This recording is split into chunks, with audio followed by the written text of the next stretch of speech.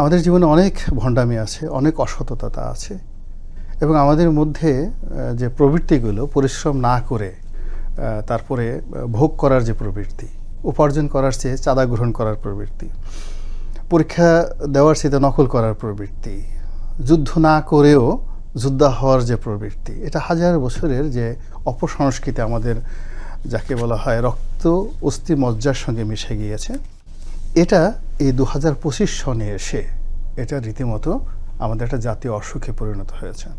এমনি দেশ অশান্ত। ডক্টর মোহাম্মদ ইউনূস থেকে শুরু করে ওনার যারা কর্মকর্তা আছেন তাদের কারোর মুখের দিকে তাকিয়ে আমাদের কোনো শান্তি হচ্ছে না।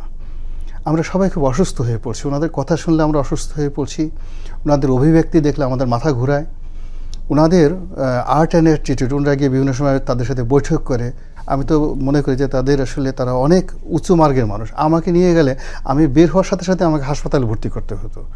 মানে তাদের কর্মকাণ্ডে আমরা এতটা বিরক্ত, যেখানে মানুষের জীবন অতিষ্ঠ হয়ে পড়েছে সেখানে এরকম একটা ঝামেলা এই সময়তে না করলে হতো না। আর এখানে কারা? ডক্টর মোহাম্মদ ইউনূস যেখানে নিজের মুক্তিযুদ্ধ করেননি, আসিফ নজরুল মুক্তিযুদ্ধ করেন, এখানে কয়জন মুক্তিযোদ্ধা আছে যেখানে সবগুলো যারা তৃতীয় প্রজন্মে যারা এখানে নেতৃত্বে আছেন তাদের পিতা দাদারাও মুক্তিযুদ্ধ করেননি। তো এরকম একটা যাকে বলা হয় যাদের শুরু থেকে শেষ পর্যন্ত পুরোটাই বিতর্কের মধ্যে, পুরোটাই স্বপ্নের মধ্যে, পুরোটাই একটা যাকে বলা হয় কি বলবো, কিছুই বলা যায় না, মানে বোগাসবো।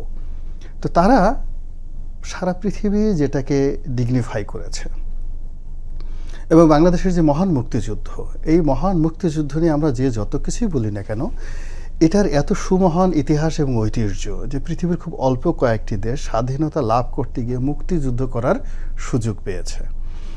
এমনকি ভারত বা পাকিস্তান তারাও মুক্তিযুদ্ধ করতে পারেননি, তারা ইংরেজ সরকার তাদেরকে স্বাধীনতা দিয়ে গেছে।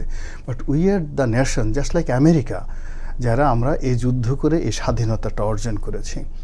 তো এটা আমাদের কাছে এতটা মর্যাদার হওয়া উচিত যেভাবে একজন সন্তান সুসন্তান হলে তার পিতাকে আফোর্ড করে, একজন সন্তান যেভাবে সুসন্তান হলে তার মাকে মাথায় করে নাচে এবং সব কিছুর মধ্যেই সে পিতামাতার আশীর্বাদ খুঁজে পায়।